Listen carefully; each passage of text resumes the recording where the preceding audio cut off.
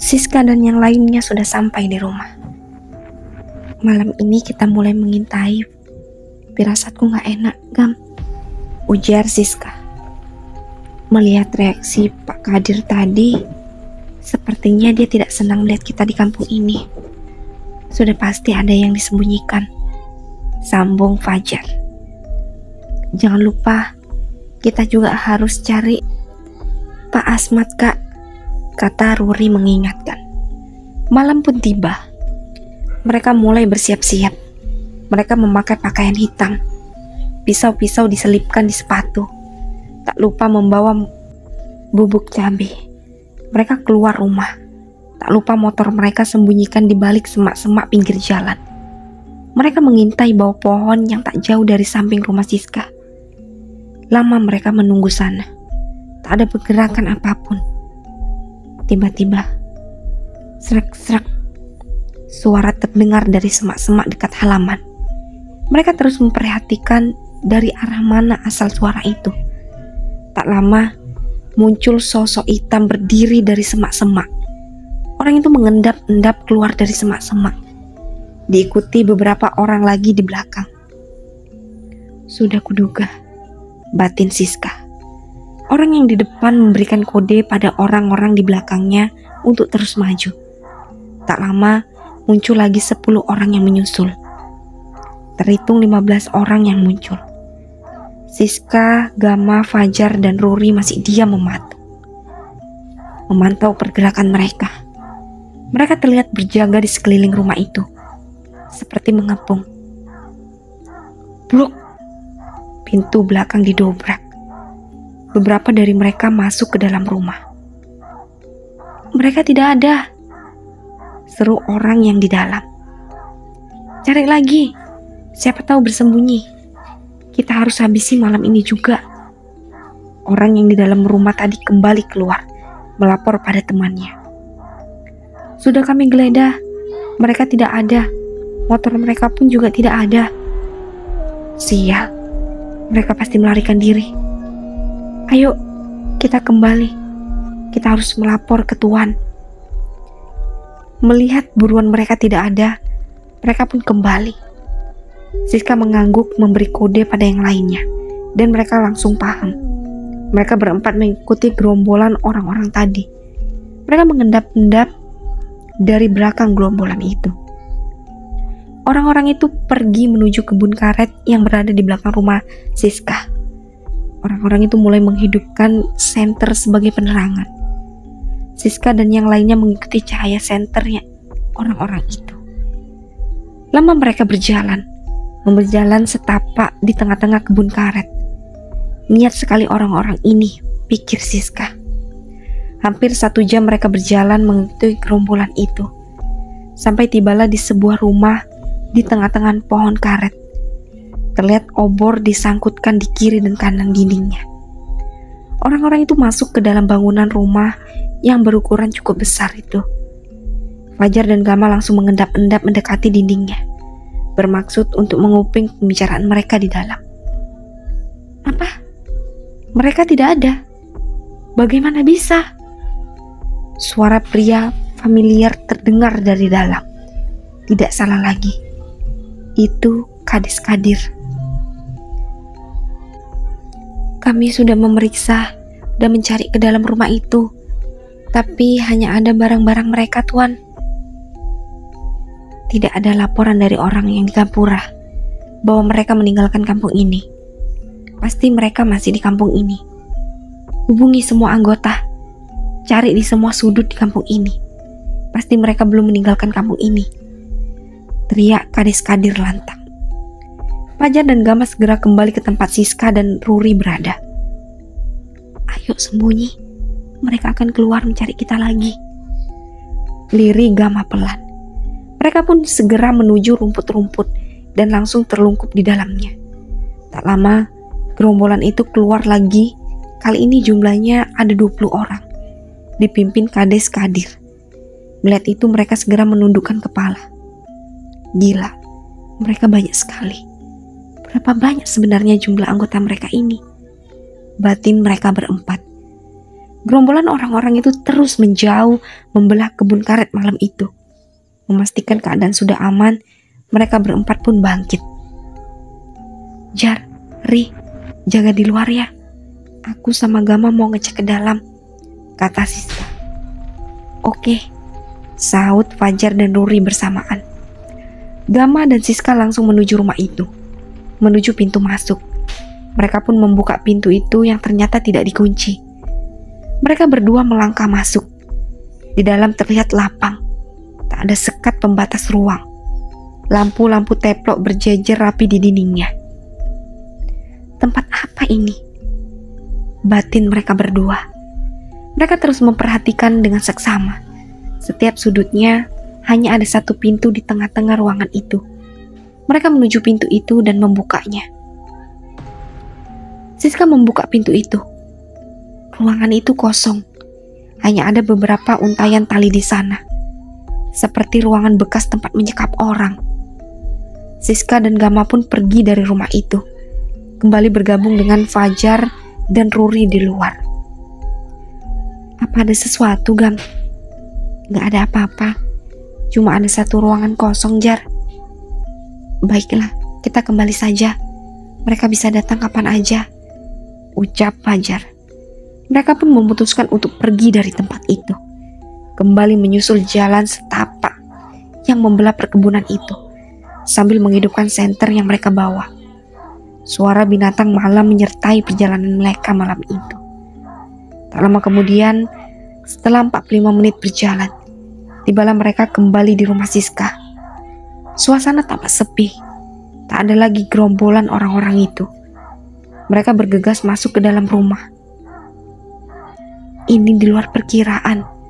Tak disangka mereka akan langsung mengincar kita, ucap Siska. Iya, ini terlalu cepat, Kak. Apa mereka curiga sama kita ya? Sejak kita memasuki kampung ini, kita ini memang sudah jadi target. Sepertinya nggak heran kalau mereka memang ingin mencelakai kita, kata Gama. Iya benar, kata Gama. Mereka pasti berpikir kalau kita pasti kalah jumlah. Makanya mereka nyerbu kita. Ingat gak? Semalam sore saja mereka mengirimkan guna-guna. Tapi bisa kita atasi. Karena itulah malam ini mereka mengirimkan orang-orang untuk mencelakai kita, ujar Fajar. Kalau udah gini, apa langkah kita selanjutnya, Kak? Tanya Ruri. Sebaiknya kita bersiap-siap. Kalau mereka datang lagi, kita habisi saja. Siapapun itu. Kalau sudah mengancam nyawa, kita wajib membela diri. Ini udah melenceng dari perkiraan kita, jawab Siska. Apa mereka mengetahui kalau orang-orang kita akan datang? Itu sebabnya mereka melarikan diri, ucap Kades Kadir. Entahlah, tapi kalau mereka melarikan diri, kenapa tidak ada laporan dari orang-orangmu yang berjaga di dekat Gapura? Aku yakin mereka masih di sini, balas Nyai Anggi. Kenapa tidak Nyai Terawang saja mereka? Biasanya kan selalu Nyai Terawang, dan kita tidak susah-susah mencari mereka seperti ini, Nyai, ucap Kadir kesal. Sudah aku coba, tetapi penglihatanku saat menerawang mereka itu seperti ada yang menutupi. Aneh sekali. Seperti ada yang melindungi anak-anak itu. Tapi aku sendiri pun tidak tahu yang apa itu. Jelas Nyai Anggi tak kalah kesal. Besok paginya, malam itu pun berlalu. Gama dan Fajar terbangun karena alarm subuh. Sementara Siska sudah lebih dulu bangun. Terlihat berkutat di dapur menanak nasi. Sedangkan Ruri masih di peraduannya. Pagi itu mereka melaksanakan aktivitas seperti biasa. Setelah ibadah, mereka langsung mengambil motor yang disembunyikan sebelum ada orang yang lalu lalang di jalan. Hari ini petugas PLN akan datang memasang kembali sambungan listrik yang terputus. Matahari terlihat cerah menyinari pagi itu. Tak ingin menyia-nyiakan panas matahari, Siska memilih mencuci baju-baju kotor yang sudah 2 hari menumpuk, dibantu sang adik. Sementara Gama dan Fajar membuat jemuran di samping rumah dekat pintu samping. Setelah selesai, mereka berdua pun pergi ke sumur untuk membantu istri-istrinya. Siska, rencananya hari ini aku dan Fajar akan membersihkan surau, ucap Gama. Oh, oke Gam, nanti siang kami nyusul ya. Soalnya hari ini petugas PLN mau datang buat masang listrik, balas Siska. Setelah selesai mencuci pakaian, mereka pun menjemurnya bersama di jemuran yang sudah dibuat tadi. Setelah beres semua, Gama dan Fajar pun pamit izin ke surau. Rencananya mereka ingin membersihkan surau itu. Mereka tak tega melihat rumah ibadah itu terbengkalai. Sis, kami pergi dulu ya. Kalau ada papa telepon ya, ucap Gama. Iya, nanti kami antar makan siang ke sana. Sekalian kita bersihin sama-sama, balas Siska. Gama lalu mengulurkan tangannya. Ngapain Gam? Ucap Siska datar. Salim lah, kan suamimu mau berangkat kerja. Siska dengan nurutnya menyambut tangan Gama dan menempelkan di keningnya, sambil menahan senyum. Pipinya terasa panas. Woi, Gam, cepat, keburu siang ini. Fajar yang sedari tadi menunggu di atas motor membunyikan klakson. Iya, bentar. Ganggu aja, gerutu Gama sambil berjalan menuju motornya. Gama dan Fajar pun berangkat pagi itu, berselisihan dengan warga-warga yang hendak ke sawah. Anehnya, mereka terus memperhatikan ke arah Fajar dan Gama dengan tatapan keheranan. Gama sadar dengan tatapan itu. Pasti ada yang gak beres ini, batinnya. 10 menit berkendara. Tibalah mereka di surau itu. Rumput di halamannya sudah setinggi paha. Mereka pun memarkirkan motornya di halaman surau itu. Mereka lalu mengambil alat untuk membabat rumput yang dibawa dari rumah Siska tadi. Lalu mulai membabat rumput yang tumbuh di halaman surau itu. Orang yang melintas di sana memperhatikan mereka berdua dengan penuh keheranan. Lagi asik-asiknya mereka membabat rumput. Tiba-tiba, sedang apa kalian di sini? Teriak seorang laki-laki parubaya sambil menenteng cangkul di bahunya. Mendengar itu, Gama dan Fajar langsung berdiri membalik badan ke arah asal suara itu.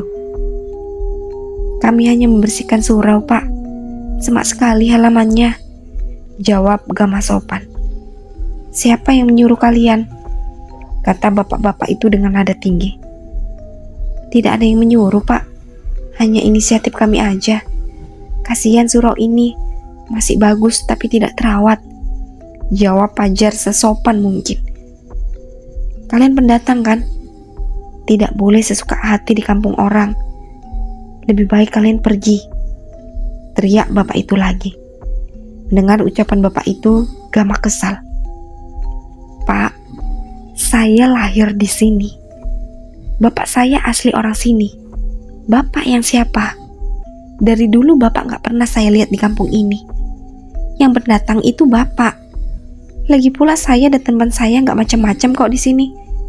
Kami hanya membersihkan surau, jawab Gama yang sudah kepalang kesal hatinya. Melihat itu Fajar langsung menghampiri Gama dan berusaha menenangkan. Udah. Istighfar Gam. Orang tua itu jangan dilawan, ucapnya sambil menepuk-nepuk bahu Gama. Mendengar jawaban Gama itu, bapak-bapak itu pun langsung terdiam dan segera berlalu pergi. Kesel Jar, main usir-usir aja. Kayak kita di sini ngapain aja. Heran bener lihat orang-orang di sini. Gama yang masih kesal menggerutu. Udah, istighfar. Ini ujian. Kita kemari dengan niat baik. Sabar. Fajar mencoba menenangkan Gama yang sedang kesal. Mereka pun kembali melanjutkan pekerjaan mereka yang tadi tertunda. Sedangkan di rumah Siska, terlihat petugas PLN pun tiba dan mulai menyambung aliran listrik rumah ini yang diputus. Rih, ini anterin minuman ke depan ya, tita Siska pada adiknya itu. Ruri pun langsung mengangkat nampan berisi teh dan langsung bergegas mengantarkannya ke depan. Sementara Siska akan memasak untuk makan siang mereka nanti. "Ini bang, silakan diminum dulu," ucap Ruri sambil menyajikan teh untuk 2 orang petugas PLN itu.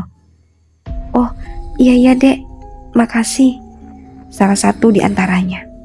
Tak lama kemudian listrik pun kembali bisa nyala. Petugas PLN itu pun pamit karena pekerjaan mereka sudah selesai. Siska juga sudah siap-siap menyusun nasi dan lauk pauknya untuk dibawa ke surau. Setelah mengunci pintu, mereka berdua berboncengan berangkat ke surau. Tak lama kemudian, sampailah mereka di surau itu. Terlihat rerumputan sudah hampir siap dibabat oleh Gama dan Fajar. Siska pun memarkirkan motor dan jauh dari motor Gama dan Fajar. "Ayo Gam, Jar, istirahat dulu, makan dulu. Ini kami udah bawa nasi," panggil Siska pada keduanya. Gama dan Fajar pun lantas menghentikan kegiatan mereka dan berjalan ke arah teras surau itu. Siska dan Ruri mengeluarkan nasi beserta lauk pauk yang mereka bawa. Mereka pun makan bersama di teras surau itu. Setelah selesai makan, mereka pun lanjut masuk ke dalamnya. Untung saja kuncinya mereka selip di atas pintu surau. Sewaktu malam itu mereka pergi dari sana. Siska dan Ruri membersihkan bagian dalam surau, sementara Gama dan Fajar kembali membabat rumput di halaman. Tak terasa waktu sudah masuk waktu zuhur. Mereka pun berhenti untuk melakukan ibadah. Setelah selesai, mereka pun lanjut lagi pada kegiatan masing-masing. Tak terasa waktu sudah sore. Setelah sholat asar, mereka memutuskan untuk kembali ke rumah. Sesampainya di rumah, mereka lanjut membersihkan diri karena badan sudah terasa lengket. Malam pun tiba. Mereka bersiap-siap, berjaga-jaga kalau orang-orang itu datang lagi. Kali ini mereka bertekad melawan orang-orang itu. Tunggu, tidak ada tanda-tanda kehadiran orang-orang itu lagi. Mereka tak bergeming, tetap berjaga-jaga. Tok tok tok. Pintu depan diketuk. Tumben mengetuk. Biasanya main dobrak aja, batin Siska. Fajar dan Gama sudah bersiap-siap dengan kayu besar di tangan mereka masing-masing. Sementara Siska dan Ruri siap sedia dengan pisau kecil di tangan. "Siapa?" sambut Gama mendengar ketokan itu. Tidak ada jawaban dari keluar. Tok tok tok. Suara ketokan terdengar lagi. "Siapa di sana?" Kali ini Fajar yang bersuara. Senyap. Tak ada jawaban. Fajar memutuskan mengintip dari jendela. Dan benar saja, terlihat orang-orang itu lagi. Sekitar 10 orang berdiri di halaman. Mengangguk memberikan kode pada ketiga orang di belakangnya. Dengan sigap pintu dibuka. Wush, sebuah golok melayang ke dalam rumah. Untung saja mereka sempat mengelak. Buk, dengan sigap Fajar yang di depan menghantamkan kayu ke arah dada orang yang tadi berdiri depan pintu. Orang itu roboh telentang. Melihat itu, yang lainnya pun langsung menyerbu mengangkat golok di tangan mereka masing-masing. Ada yang melihat itu langsung menendang dada orang itu. Buk, orang itu tersungkur. Siska dan Ruri yang melihat itu langsung maju keluar rumah,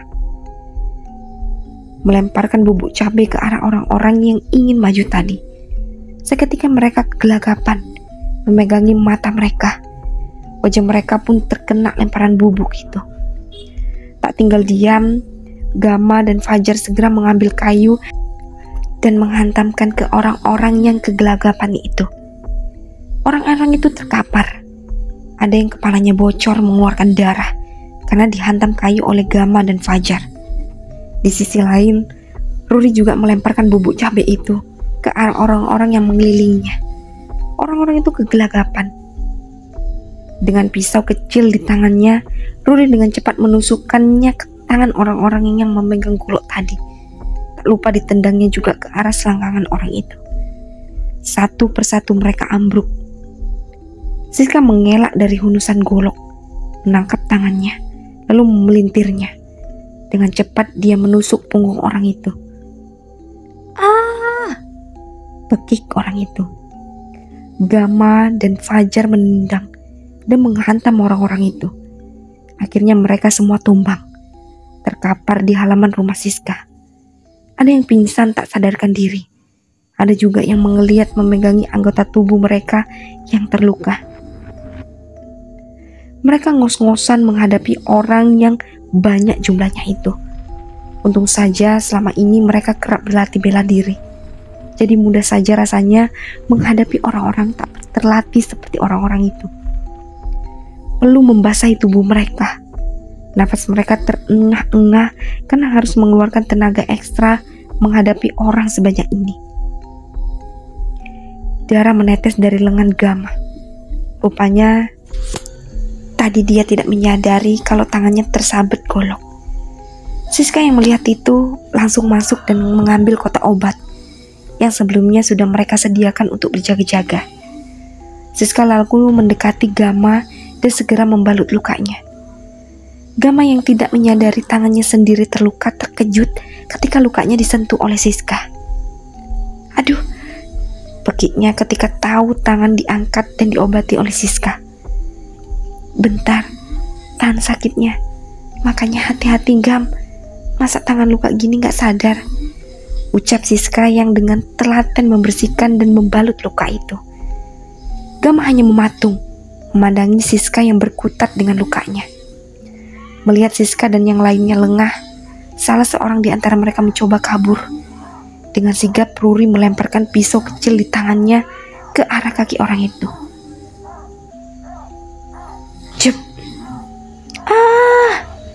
Teriak orang itu memegangi kakinya yang tertancap pisau. Jar, ayo ikat mereka semua, ucap Siska yang sudah selesai dengan tangan Gama. Mereka berempat pun lantas mengambil satu gulungan tali yang sudah disediakan. Satu persatu orang-orang itu diikat. Mereka bekerja keras malam itu. Gama dan Fajar mengangkat orang-orang itu, mengumpulkannya jadi satu. Sementara Siska dan Ruri mengikat kaki dan tangan mereka. Mau kita apakan mereka? Tanya Gama. Interogasi satu persatu. Kita harus tahu informasi siapa dalam dibalik ini, ujar Siska. Nah ini, ayo Gam, kita gas. Terlihat Fajar bersemangat sekali tampaknya. Gama dan Fajar duduk di dekat orang yang terluka tadi, lalu membuka penutup wajahnya. Ayo, katakan siapa yang memerintahkan kalian? Tanya Gama. Orang itu tak bergeming, tetap diam, tak mau bicara. Plak, satu tamparan mendarat di pipi orang itu. Siska yang sedari tadi sudah kesal tak bisa mengontrol emosinya.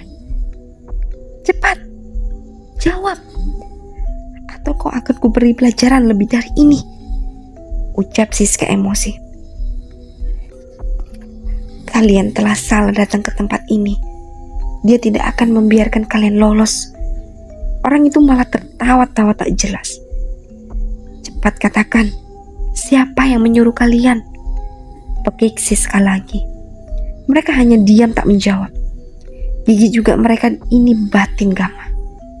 Ri, ambilkan garam dan air, ucap Fajar. Tak banyak tanya, Ruli langsung masuk mengambil pesanan suaminya itu.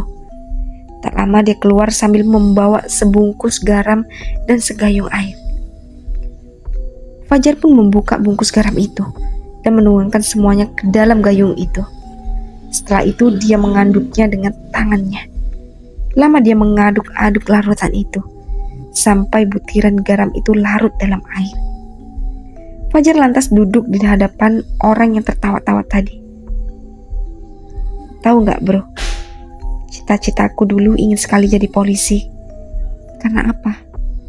Ya karena ingin sekali menginterogasi penjahat seperti kalian ini. Sambil terus mengaduk-aduk air garam itu. Lalu dia meneteskan air garam itu ke luka yang menganga di kaki orang itu. Pekik orang itu kesakitan. Wajahnya memerah menahan pedih. Gimana? Masih mau diam? Tanya Fajar lagi. Orang itu tetap diam sambil meringis menahan pedih. Kemudian Fajar mengguyur air itu ke luka orang itu lagi. Teriaknya. Urat-urat di kepalanya keluar. Matanya memerah. Oh, masih tahan ya? Tanya Fajar lagi. Siska dan yang lainnya menyaksikan itu merasa ngilu. Wajahnya ikut-ikutan meringis melihat itu. Lalu Fajar hendak mengguyur lagi. Iya, akan aku katakan. Tolong jangan guyur lagi, tolong. Suaranya bergetar menahan sakit dan pedih. Kami diperintah oleh Kadis Kadir dan Nyai untuk membawa dua wanita itu untuk dijadikan persembahan ritual penebusan dosa yang akan dilaksanakan 2 hari lagi. Sambil terbata-bata, orang itu menjelaskan. Dan kami juga diperintahkan untuk membunuh kalian berdua. Ritual? Ritual apa itu? Tanya Siska. Kami menyebutnya ritual penebusan dosa karena setiap jiwa-jiwa perempuan yang dipersembahkan untuk dia, maka kami akan mendapatkan penghapusan dosa serta kekayaan yang melimpah. Jelas orang itu lagi.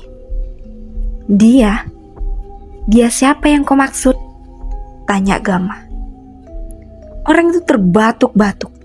Mulut dan matanya mengeluarkan darah segar, membanjiri bajunya. Orang itu menggelepar seperti ayam yang dipotong. Kok kenapa?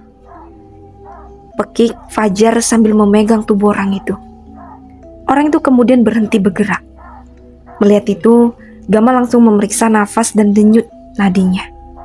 Tapi tak ada tanda-tanda kehidupan. Orang itu meregang nyawa. Melihat itu, Siska dan yang lainnya panik. Padahal mereka sebisa mungkin tidak akan membunuh mereka. Tapi pria tadi malah tewas. Itulah yang terjadi kalau kami menceritakan tentang dia. Kami telah terikat perjanjian darah. Bagi siapapun yang melanggar, maka kami akan mati. Ucap pria lain yang sedari tadi sudah sadar dari pingsannya.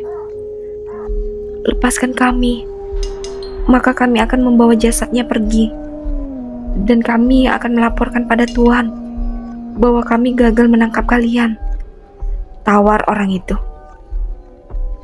Bahkan saat kami lepas pun, bukankah wanita yang kalian panggil Nyai itu akan mengetahui yang sebenarnya?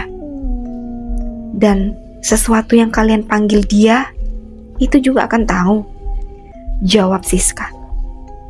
Lama orang itu terdiam, memikirkan perkataan Siska yang ada benarnya juga.